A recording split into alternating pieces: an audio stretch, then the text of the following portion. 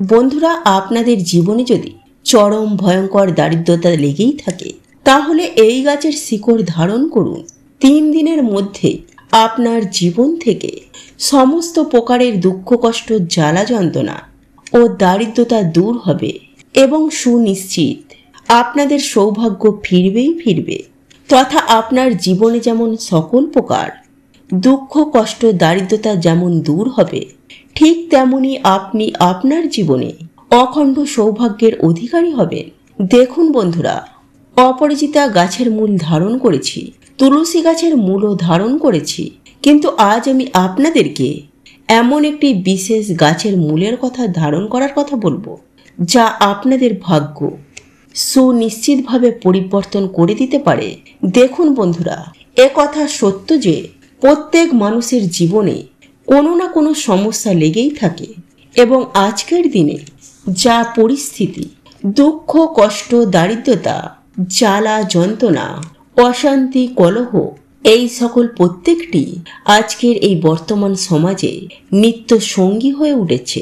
তাই বন্ধুরা, আজ আমরা এই ভিডিওটির মাধ্যমে আপনাদেরকে এমন একটি অলৌকিক শিকড়ের কথা জানিয়ে দেব, সেই গাছের শিকড় যদি আপনারা সঠিক নিয়ম বিধি মেনে মঙ্গলবার, বৃহস্পতিবার, শনিবার ধারণ করতে পারেন, তাহলে আমি আপনাদেরকে সুনিশ্চিতভাবে কথা দিচ্ছি, আপনাদের ভাগ্যে বিপুল পরিবর্তন দেখা দেবে। তবে বন্ধুরা, আপনারা যদি গাছগাছালি, শিকড় বাকড় ইত্যাদি এই সব বিষয়ে আপনারা যদি বিশ্বাসী হন, তবেই আপনারা এই উপায় বা ক্রিয়াটি করবেন, নতুবা এই উপায় বা ক্রিয়াটি করার কোনোই মানে হবে না। কারণ এই সব কাজ বা উপায় মনে বিশ্বাস না রেখে করলে আপনারা কিন্তু কোনোরূপ কোনো ফলাফল পাবেন না। হ্যাঁ বন্ধুরা, আপনারা একেবারে ঠিকই শুনছেন। আপনারা যদি এই উপায় বা ক্রিয়ার প্রতি 1% ডাউন করেন, তাহলে আপনারা কোনো উপায় বা টোটকা করে কোনোদিনই আপনারা সুফল পাবেন না। তাই মনে ভক্তি ও বিশ্বাসের সহিত এই উপায় বা ক্রিয়াটি করুন। কারণ আমরা আপনারা প্রত্যেকেই জানি, বিশ্বাসে মেলায় বস্তু তর্কে বহুদূর। সুতরাং বিশ্বাস অবিশ্বাসটা সম্পূর্ণ আপনাদের নিজস্ব চিন্তা ভাবনার ওপর নির্ভর করে। আর আপনারা যদি বিশ্বাসের সহিত এই গাছের শিকড়টি একবার ধারণ করতে পারেন, তাহলে আমি সুনিশ্চিতভাবে আপনাদেরকে কথা দিতে পারি যে রাত পোহালেই আপনারা এর সুফল অনুভব করতে পারবেন এবং 3 দিনের মধ্যেই আপনার সমস্ত দুঃখ, কষ্ট, জ্বালা যন্ত্রণা, দারিদ্রতা সুনিশ্চিতভাবে দূর হবে এবং আপনিও সুনিশ্চিতভাবে অখণ্ড সৌভাগ্যের অধিকারী হতে পারবেন। তাই এই প্রসঙ্গে বিস্তারিত জানার আগে আপনাদেরকে বলে রাখি, আপনি যদি আমাদের এই চ্যানেলে নতুন হয়ে থাকেন, তাহলে চ্যানেলটি অবশ্যই সাবস্ক্রাইব করুন এবং পাশে থাকা নোটিফিকেশন বেল আইকনটি ক্লিক করুন। কারণ আমি বিভিন্ন প্রকার তন্ত্র, মন্ত্র, বশীকরণ, টোটকা, বাস্তু টিপস, জ্যোতিষশাস্ত্র, পুজো, আরাধনা এবং ব্ল্যাক ম্যাজিক করা নিয়ে নিত্য নতুন ভিডিও আপলোড করে থাকি, যা প্রয়োগ করার মাধ্যমে আপনার জীবনে থাকা সকল প্রকার সমস্যার সমাধান হয়ে যাবে। চলুন এইবার মূল আলোচনায় প্রবেশ করা যাক।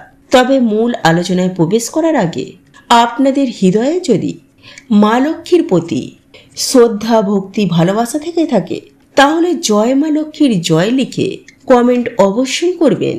বন্ধুরা, আপনাদের যদি পরিবারে হোক বা সামাজিক ক্ষেত্রে বা যেখানে আপনারা চাকরি করছেন কিংবা আপনারা যেখানে ব্যবসা করছেন, সেখানে যদি আপনাদের গোপন শত্রু বা পারিবারিক শত্রু থেকে থাকে, যারা কোনো না কোনোভাবে আপনার ক্ষতি করার চেষ্টা করছে, ধরুন আপনার চারপাশে কোনো গুপ্ত শত্রুর পরিমাণ দিনকে দিন বৃদ্ধি পাচ্ছে এবং আপনাদের আয় উন্নতিতে বাধার সৃষ্টি করছে, অর্থাৎ আপনাদের প্রত্যেকটি কাজে বাধার সৃষ্টি হচ্ছে, তাহলে সেক্ষেত্রে আমি আপনাদের দায়িত্ব নিয়ে বলতে পারি যে এই গাছের মূল অতি অবশ্যই আপনারা যে কোনো মঙ্গলবার, বৃহস্পতিবার ও শনিবার দিন রাতের বেলায় ধারণ করবেন।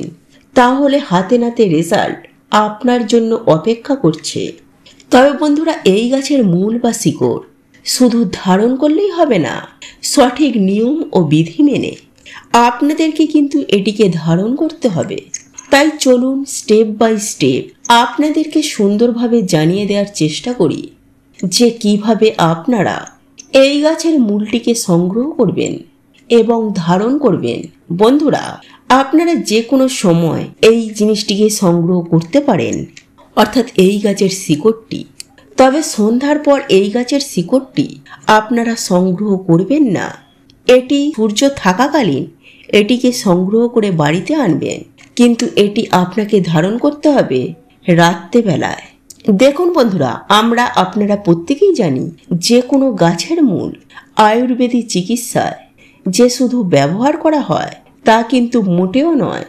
বিভিন্ন টোটকা বা উপাচার এইসব গাছের শিকড়ের ভূমিকা অপরিসীম।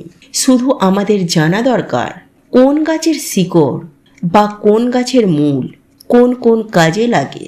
আর এই বিষয়ে যদি আপনাদের সঠিক জ্ঞান থেকে থাকে তাহলে কিন্তু অনেক রকম সমস্যা থেকে আপনারা নিজেরাই খুব সহজেই রেহাই পেতে পারবেন।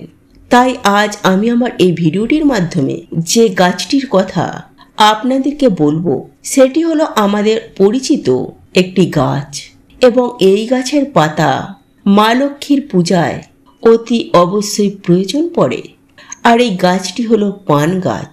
আজ্ঞে হ্যাঁ বন্ধুরা, এই পান গাছের শিকড় আপনারা মঙ্গলবার, বৃহস্পতিবার কি শনিবার রাতে ধারণ করুন। তাহলে আপনাদের জীবন থেকে যেমন বিভিন্ন প্রকারের সমস্যার সমাধান দূরীকরণ হবে, ঠিক তেমনই আপনাদের আর্থিক ভাগ্যে বৃদ্ধি হবে। অর্থ চুম্বকের মতো আপনাদের কাছে আকর্ষণ করবে। হ্যাঁ বন্ধুরা, আপনারা একেবারে ঠিকই শুনছেন।